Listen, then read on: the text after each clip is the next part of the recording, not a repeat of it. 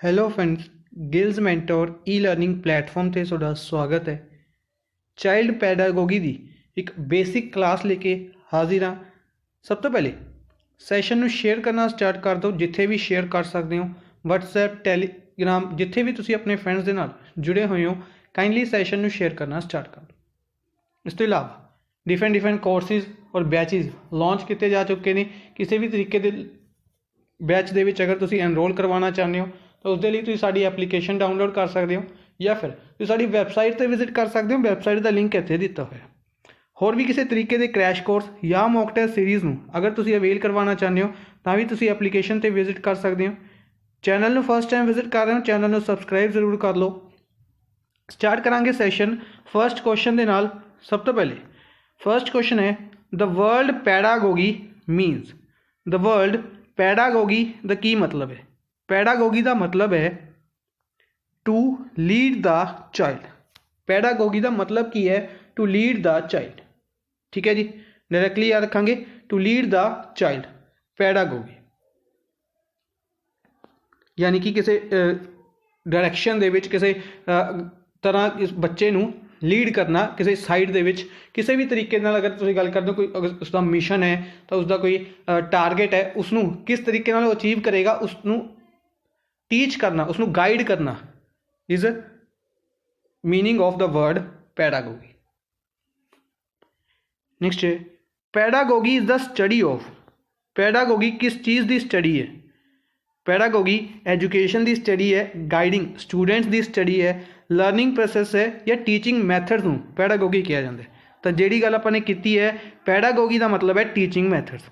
Lead अगर इसी तरीके नाल किया जाएगा कि अगर किसी तरीके नाल उसनूं किस मैथड्स ने जिहड़े मैथड्स यूज़ किए जाते हैं उसनूं गाइड करन दे लई, उसनूं गाइड करन दे लई टीचिंग मैथड्स, उसी नूं पैडागोगी कहा जाता है। ठीक है, तो pedagogy is the study of teaching methods. Which one of the following indicates child physical growth? Child की फिजिकल ग्रोथ किहड़ी चीज़ इंडिकेट करती है?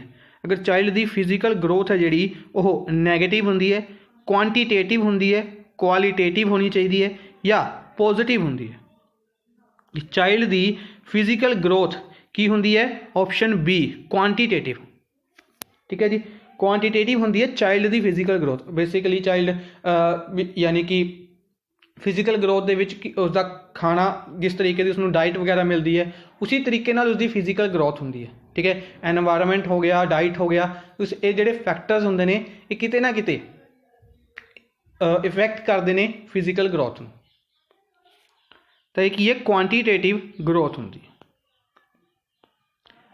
The best method to study growth and development of the child is.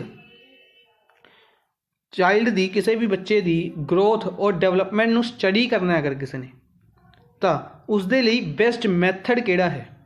तो psycho analytic method, comparative method, developmental method या फिर statistical method. ठीक है, different methods दे नाल आपां किसी परसन की ग्रोथ और डेवलपमेंट नूं स्टडी कर सकते हैं। तो उसके लिए बेस्ट मैथड किहड़ा है? तो बेस्ट मैथड है डेवलपमेंटल मैथड।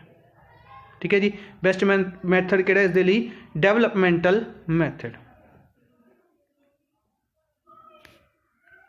नेक्स्ट है, the use of technology to enhance learning process is called dash in education.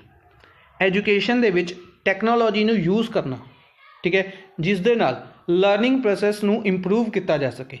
Technology दे विच अगर आपां गल करते हैं, अगर पुराने टाइम और नवे टाइम की गल करते हैं, की फर्क है कि अगर पुराने टाइम के विच बच्चों नूं सिर्फ बुक के विचों स्टडी करवा के कह दिता जाता सी कि इसनूं स्टडी कर लो।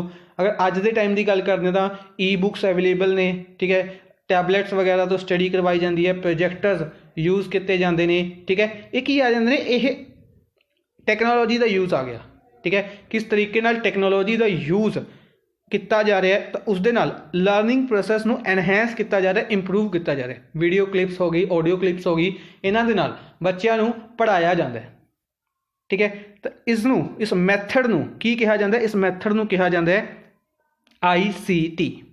ठीक है जी। इस मैथड ਨੂੰ ICT ਦੇ ਨਾਮ ਤੋਂ ਜਾਣਿਆ ਜਾਂਦਾ ਹੈ।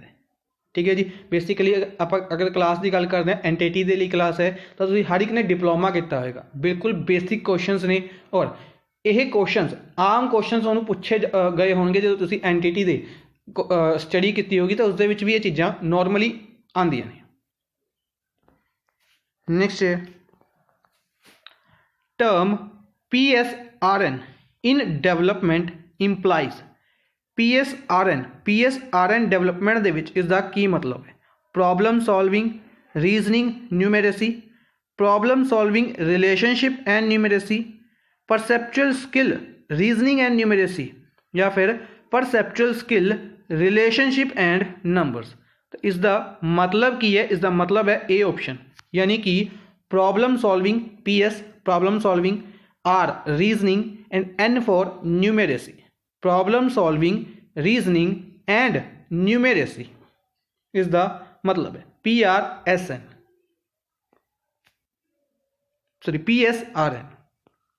नेक्स्ट है इंडिविजुअल लर्न्स फ्रॉम हिज आउन mistakes, this statement is based on which learnings theory. कि जो इंडिविजुअल है, कोई पर्सन है, वह अपनी गलतियां तो ही सीखता है। ठीक है, ये जी स्टेटमेंट है ये केड़ी लर्निंग थ्योरी के उत्ते बेस्ड है? ठीक है, instrumental conditioning, insight, trial and error और क्लासिकल कंडीशनिंग।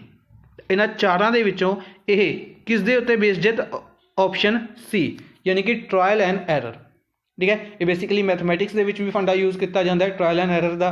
ठीक है, या एक्सपैरीमेंट्स अगर साइंस की गल करते हैं उत्थे यूज़ किया जाता है। तो ट्रायल एंड एरर यानी कि अपन एक बार ट्राई किया, अगर उसदे विच कोई एरर है, ठीक है, तो कोई दूसरा मैथड ट्राई करांगे, उसदे विच कोई एरर है तो तीसरा ट्राई करांगे। तो इस तरीके नाल ट्रायल एंड एरर मैथड है जिहड़ा उसका ही मतलब या उसकी थ्योरी के उत्ते बेस्ड है।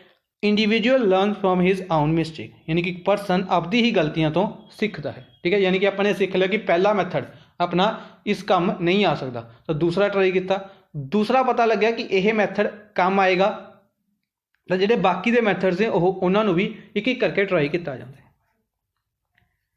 नेक्स्ट है what should be the role of teacher in meeting the individual differences. Individual differences यानी कि अगर दो परसनस ने, ठीक है, उन्होंने विच डिफरेंट दो परसनस अलग अलग होंगे ने। ठीक है, तो अलग अलग यानी कि उन्होंने सोच अलग है, उन्होंने थिंकिंग अलग है, उन्होंने लर्निंग कैपेसिटी अलग है, उन्होंने नॉलेज अलग है। तो टीचर का की रोल है कि उन्होंने इकट्ठा किया जाए, जॉइंट किया जाए, दोनों कहांगे कि किस तरीके नाल इनहैंस किया जाए। तो इस टीचर का उसदे विच की रोल है? ऑप्शन C यानी कि both A and B। Try to know the abilities, interest and aptitude of individual. ठीक है, एक तो बच्चे के बारे जानो, उसकी एबिलिटीज, उसका इंटरस्ट और उसका एप्टीट्यूड की है, दोनों के बारे। ठीक है, try to adjust the curriculum as per the needs of individual. ठीक है, इसी तरीके नाल पहले जो उन्होंने काबिलियतां जान लिया गई ने कि वो किस तरीके के काबिल ने, की चीज़ उन्होंने समझ ईजिली आ जाएगी, किस चीज़ के उत्ते ज़्यादा मेहनत करनी पड़ेगी। ठीक है, उस हिसाब नाल करिकुलम बनाओ। करिकुलम यानी कि उन्होंने सिलेबस कह सकते हैं, हालांकि सिलेबस एक प्रॉपर वर्ड नहीं है करिकुलम के लिए, पर फिर भी कह सकते हैं कि सिलेबस उस तरीके नाल बनाया जाए, उन्होंने पढ़ाया इस तरीके नाल मटीरियल जाए कि केड़ा मटीरियल उन्होंने पहले स्टडी कराया जाए, केड़ा उन्होंने बाद में स्टडी कराया जाए, केड़ी चीज़ उन्होंने डिफिकल्ट है उस पर ज़्यादा जोर दिता जाए, उसमें ज़्यादा कहांगे कि टाइम ज़्यादा दिता जाए। तो यह करिकुलम बनाना भी टीचर का रोल है। तो इसलिए अपना ऑप्शन केड़ा है? C यानी कि बोथ 1 एंड 2। नेक्स्ट है teachers should present information to the students clearly in an interesting way and relate this new information to think students। कि ये चीज़ सही है या नहीं है? तो इसका आंसर है ऑलरेडी नो। टीचर नू इन्फॉर्मेशन इस तरीके नाल प्रेजेंट करनी चाहिए कि इन इंटरस्टिंग वे दे विच, और इन्फॉर्मेशन नू इस तरीके नाल रिलेट करना चाहिए स्टूडेंट्स के नाल, ताकि उन्होंने daily life they which example, for example अगर आप गल करते हैं कि अगर आप कोई चीज़ दस रहे हैं, ठीक है, कोई भी अगर आप गल करते हैं कि किसी साइंस एक्सपैरीमेंट बारे डिस्कस कर रहे हैं, तो वो डेली लाइफ दे विच ਦੀ ਐਗਜ਼ਾਮਪਲ ਉਹਨਾਂ ਨੂੰ ਦੇਣੀਆਂ ਚਾਹੀਦੀਆਂ ਨੇ। ਫੋਰ ਐਗਜ਼ਾਮਪਲ ਅਗਰ ਆਪਾਂ ਕੰਡੈਂਸੇਸ਼ਨ ਬਾਰੇ ਸਟੱਡੀ ਕਰ ਰਹੇ ਹਾਂ ਤਾਂ ਡੇਲੀ ਲਾਈਫ ਦੇ ਵਿੱਚ ਕੰਡੈਂਸੇਸ਼ਨ, ਇਵੈਪੋਰੇਸ਼ਨ, ਇਹਨਾਂ ਚੀਜ਼ਾਂ ਦਾ ਕੀ ਰੋਲ ਹੈ, ਕਿਸ ਤਰੀਕੇ ਨਾਲ ਰੇਨ ਦੇ ਉੱਤੇ ਹੀ ਇਫੈਕਟ ਕਰਦੀਆਂ ਨੇ, ਇਹਨਾਂ ਚੀਜ਼ਾਂ ਤੋਂ ਐਗਜ਼ਾਮਪਲਸ ਲੈਣੀਆਂ ਚਾਹੀਦੀਆਂ ਨੇ ਤਾਂ ਕਿ ਸਟੂਡੈਂਟ ਦਾ ਇੰਟਰਸਟ ਸਟੱਡੀ ਦੇ ਵਿੱਚ ਬਣਿਆ ਰਹੇ ਔਰ ਉਸਨੂੰ ਅੱਛੇ ਤਰੀਕੇ ਨਾਲ ਸਮਝ ਆਉਂਦਾ ਰਹੇ। नेक्स्ट है, if a child has mental age of 5 years and chronicle age of 4 years then what will be the IQ of the child. बच्चे के IQ के बारे पूछा जा रहा है कि अगर उसकी मेंटल एज 5 साल है, ठीक है, पर उसकी असल उम्र 4 साल है, ठीक है, तो उसका IQ कितना होएगा, तो उसका IQ जिहड़ा होएगा 125 होएगा, ठीक है जी। उसका IQ कितना होएगा, तो 125 होएगा।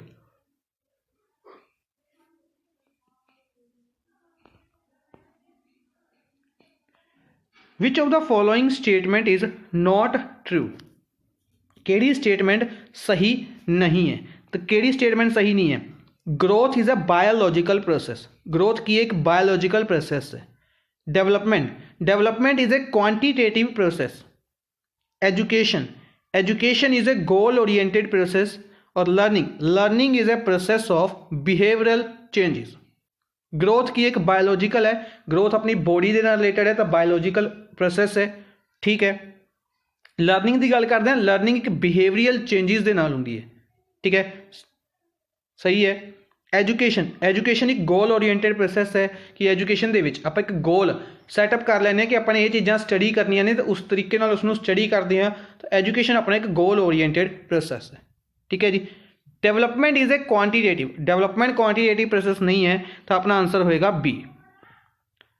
नेक्स्ट है, which of the following is not the tool for formative assessment in scholastic domain. Scholastic domain दे विच फॉर्मेटिव असेसमेंट दा यूज यानी कि टूल नहीं है, पार्ट नहीं है, केड़ी चीज़। असेसमेंट की गल करते हैं तो असेसमेंट की टाइप होंगी है फॉर्मेटिव असेसमेंट, ठीक है जी। बेसिकली तुसीं डोमेन स्टडी किए होंगे, डिफरेंट डोमेन, कोगनीटिव डोमेन हुंदा है, ठीक है। इसी तरीके नाल जिहड़ा स्कॉलैस्टिक डोमेन है इस दे विच फॉर्मेटिव असेसमेंट के लिए किहड़ी चीज़ यूज़ नहीं की जाती, तो यूज़ नहीं की जाती third option projects. Formative assessment दे विच कन्वर्सेशन स्किल देखी जाती है, MCQ क्वेश्चनस यूज़ किए जाते हैं, ओरल क्वेश्चनस पूछे जाते हैं, पर प्रोजेक्ट्स नूं फॉर्मेटिव असेसमेंट दे विच यूज़ नहीं किया जाता, ठीक है जी। प्रोजेक्ट्स नूं फॉर्मेटिव असेसमेंट दे विच यूज़ नहीं किया जाता। नेक्स्ट है, according to John Dewey school is a dash institution and education is a dash process. John Dewey के अनुसार जो स्कूल है वो केड़ा इंस्टीट्यूशन है तो एजुकेशन केड़ा प्रोसेस है, कि यह सोशल इंस्टीट्यूशन सोशल प्रोसेस है, सोशल इंस्टीट्यूशन फिलोसफिकल प्रोसेस है, फिलोसफिकल सिचुएशन फिलोसफिकल प्रोसेस है, या फिर एनवायरमेंटल इंस्टीट्यूशन है और साइकोलॉजिकल प्रोसेस है। तो अपना इसका आंसर होएगा ए ऑप्शन, सोशल इंस्टीट्यूशन है स्कूल, सोशल इंस्टीट्यूशन है और एक सोशल प्रोसेस है एजुकेशन, ठीक है जी।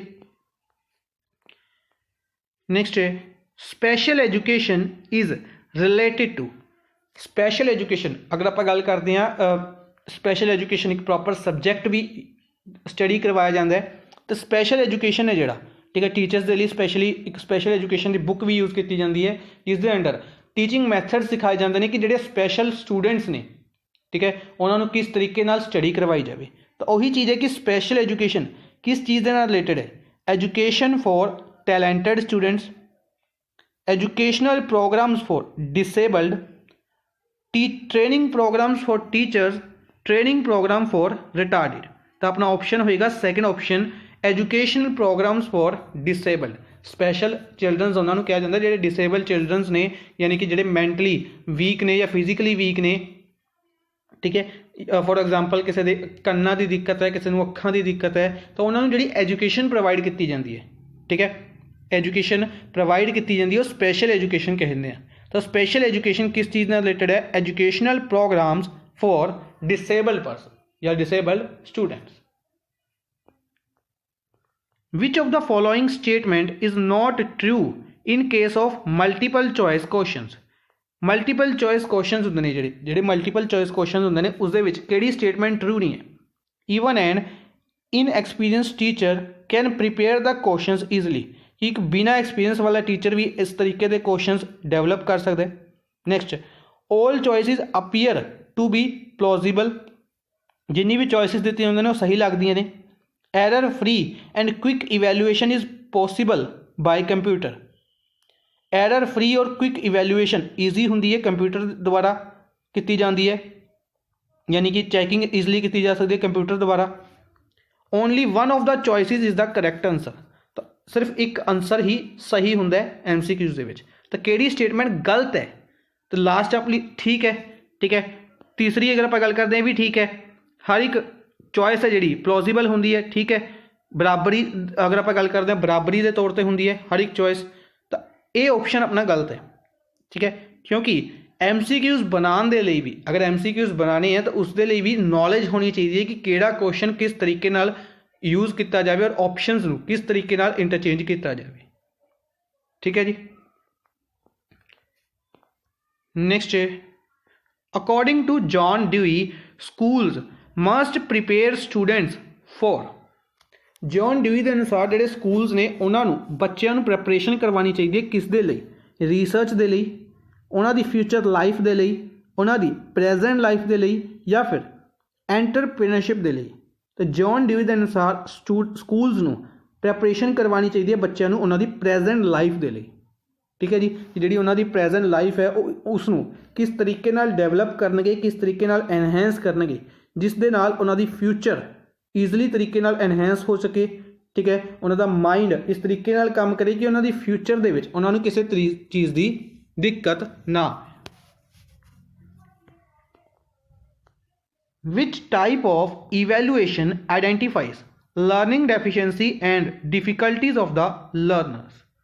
किस तरीके की एजुकेशन आइडेंटिफाई करती है लर्निंग डेफिशिएंसीज, यानी कि बच्चों के किस लर्निंग नूं किस तरीके नाल डेफिशिएंसी आती है, कमी आती है, और डिफिकल्टीज लर्नर्स नूं किस तरीके की प्रॉब्लम्स आ रही ने, दिक्कत आ रही ने लर्न करने दे विच।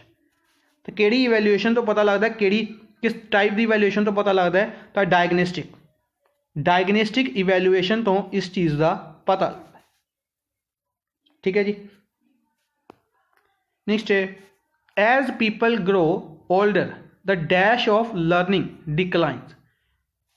जिस तरीके नाल उन्हां दी उम्र, लोगों की उम्र वधदी जाती है तो किस चीज़ की लर्निंग की की चीज़ घटती जाती है? Power, learning power, speed of learning, quality of learning, या क्वांटिटी ऑफ लर्निंग। की चीज़ घटती जाती है? तो घटती जाती है अगर आप गल करते हैं ऑप्शन बी, स्पीड, किसी चीज़ को याद करने की क्षमता, ठीक है। अगर गल करते हैं कि फॉर एग्जाम्पल अगर आप कोई चीज़ नूं 10 मिनट के विच याद कर लें तो अगले 10 सालों बाद वो टाइमिंग है जी अपनी 10 मिनट के विच याद करने की, तो वह काफ़ी ज़्यादा रिड्यूस हो जाएगी, उसमें आपां नूं ज़्यादा टाइम लगेगा, ठीक है जी। इसी चीज़ लिए कहते हैं कि बच्चे जो छोटे बच्चे होंगे ने चीज़ों को ईजली सीखते हैं, कैप्चर करते हैं, क्योंकि उन्होंने माइंड के विच लर्निंग पावर ज़्यादा होंगी है। Both the chronological age and the mental age of a people is 7 years. किसी बच्चे की क्रोनिकल एज और मैंटल एज 7 साल है। He may be classified into which category. उसनूं किहड़ी कैटेगरी दे विच रखा जा सकता है? Below normal intelligence, superior intelligence, और या जीनियस कैटेगरी। तो इसका मतलब नॉर्मल, ठीक है, क्योंकि उसकी असली उम्र और उसकी दिमाग की उम्र दोनों किन्ने है? 7 साल है, ठीक है। हुणे आपां क्वेश्चन डिस्कस किया जिस दे विच उसकी बच्चे की उम्र हालांकि 4 साल सी, लेकिन उसकी मैंटल स्टेज सी जी वो 5 साल की सी, तां उसका IQ ज़्यादा सी, 125 उसका IQ सीगा, ठीक है। तो वह सुपीरियर दे विच आंदा सी। Which from the following should be used to increase correct response and appropriate behavior? Correct response और एप्रोप्रिएट बिहेवियर के लिए की चीज़ यूज़ करनी चाहिए है? इग्नोरेंस, ठीक है। अगर कोई परसन अच्छा तरीके नाल बिहेव नहीं करता तो उसको इग्नोर करना चाहिए। स्ट्रिकनेस, उसके लिए स्ट्रिकनेस यूज़ करनी चाहिए। रिवॉर्ड, उसको रिवॉर्ड का लालच देना चाहिए, ठीक है, या फिर उसकी तारीफ करनी चाहिए, ठीक है। तो अपना आंसर होएगा डी ऑप्शन, उसकी तारीफ करनी चाहिए, ठीक है। फॉर एग्जाम्पल अगर उसका रिस्पॉन्स अच्छा है और उसका बिहेवियर अच्छा है, उसकी तारीफ करनी चाहिए, जिस नाल ਉਹ ਹੋਰ ज़्यादा अपने बिहेवियर ਨੂੰ एनहेंस करने की कोशिश करता, उसको प्रेज करनी चाहिए, ठीक है जी। Which is different from the other 3 with respect to fine motor movement. Fine motor movement के अनुसार, फाइन मोटर मूवमेंट के हिसाब के नाल किहड़ी चीज़ बाकी तिन्हां नालों अलग है। Dot joining, dictation, hand writing, separation of fruits and vegetables. Dot joining, dictation, hand writing या फिर separation of fruits and vegetables. तो डी ऑबवियस है कि डॉट जॉइनिंग, डिक्टेशन और हैंड राइटिंग तिन्हां दे विच लिंब मूवमेंट्स ने जिहड़ियां ओह सिर्फ हैंड यूज़ होणगे, ठीक है। पर अगर सैपरेशन ऑफ फ्रूट्स एंड वेजिटेबल्स की गल करते हैं, इस दे विच जिहड़ी माइंड की जिहड़ी कैपेसिटी है वह अलग तरीके नाल यूज़ होएगी, ठीक है जी।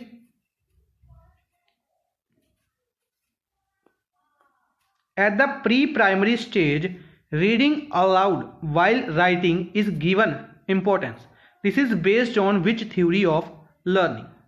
बेसिकली की होंगे कि जो छोटे बच्चे होंगे ने, for example pre primary age यानी कि नर्सरी होगी, प्री नर्सरी क्लासिस हो गई या LKG UKG क्लासिस, तो इस क्लासिस दे विच की किया जाता है, बच्चे नूं लिखण की जगह, बच्चे नूं कोई चीज़ लिखवाण की जगह उसनूं कहा जाता है कि उच्ची उच्ची उसनूं रीड करे, ठीक है। छोटी क्लासिस दे विच उन्हां नूं रीड करवाया जाता है। तो यह जिहड़ी मैथड है ये किहड़ी थ्योरी दे उत्ते, किहड़ी लर्निंग थ्योरी दे उत्ते बेस्ड है, यह बेस्ड है B option conditioning. Conditioning theory के उत्ते यह मैथड बेस्ड है, ठीक है जी। ये याद रखांगे, इंपोर्टेंट क्वेश्चन है, काफ़ी ज़्यादा पूछा जाता है क्वेश्चन। नेक्स्ट है according to Emile the noblest work in education is to make an. Emile के अनुसार एजुकेशन दे विच सब तो इंपोर्टेंट काम, सब तो अच्छा काम की है, एक थिंकर बनाना, एक एंटरप्रेन्योर बनाना, एक गुड सिटीजन बनाना या फिर एक रीजनिंग मैन बनाना। तो इसका आंसर है सी ऑप्शन, एक गुड सिटीजन बनाना, ठीक है जी। एमील के अनुसार, ठीक है, डिफरेंट थ्योरीज के अनुसार डिफरेंट आंसर होंगे ने। तो थ्योरीज एमील के हिसाब नाल याद रखांगे, एमील के अनुसार इसका की आंसर। नेक्स्ट है which one of the following is not taken into consideration while preparing the blueprint for a test. एक टेस्ट का ब्लू प्रिंट बनाने के लिए किहड़ी चीज़ इंपोर्टेंट नहीं है। टेस्ट का टॉपिक, टेस्ट के instructional objectives, form of questions या फिर टीचिंग टाइम। किहड़ी चीज़ इस दे विच इंपोर्टेंट नहीं है, तो अपना आंसर है टीचिंग टाइम। टीचिंग टाइम किसी पेपर के ब्लू प्रिंट बनाने के लिए इंपोर्टेंट नहीं है, ठीक है जी। नेक्स्ट है the field of study concerned with the construction of thought process. किसी स्टडी की फील्ड के विच कंस्ट्रक्शन ऑफ थॉट प्रोसेस जरूरी है, including remembering, problem solving and decision making is called. उस फील्ड विच जिस दे विच रिमैंबरिंग भी आ गई, प्रॉब्लम सॉल्विंग भी आ गई और डिसीजन मेकिंग भी आ गई, इस स्टडी के फील्ड नूं की कहा जाता है। तो इस स्टडी के फील्ड नूं की कहा जाता है, कोगनीटिव डेवलपमेंट। कोगनीटिव डेवलपमेंट कहा जाता है, ठीक है। यानी कि बेसिकली एक डेफिनेशन है कोगनीटिव डेवलपमेंट की, the field of study concerned with the construction of thought process including remembering, problem solving और डिसीजन मेकिंग, ठीक है। यानी कि रिमैंबरिंग याद करना, प्रॉब्लम सॉल्व करना और डिसीजन मेकिंग, ये इन्हां दी स्टडी नूं इन्हां नूं बनाना, एक बच्चे दे दिमाग दे विच ये चीज़ां डेवलप करना, इस फील्ड की स्टडी नूं की कहा जाता है, कोगनीटिव डेवलपमेंट। कोगनीटिव डेवलपमेंट, ठीक है जी। अज दे लई बस इन्ना ही, एक स्मॉल सैशन लेके आए सी तुहाडे लई पैडागोगी दे उत्ते। आई होप तुहानूं पसंद आया होएगा। सैशन नूं लाइक एंड शेयर जरूर कर दिओ अपने फ्रेंड्स दे नाल। Thank you for watching the session. Good bye.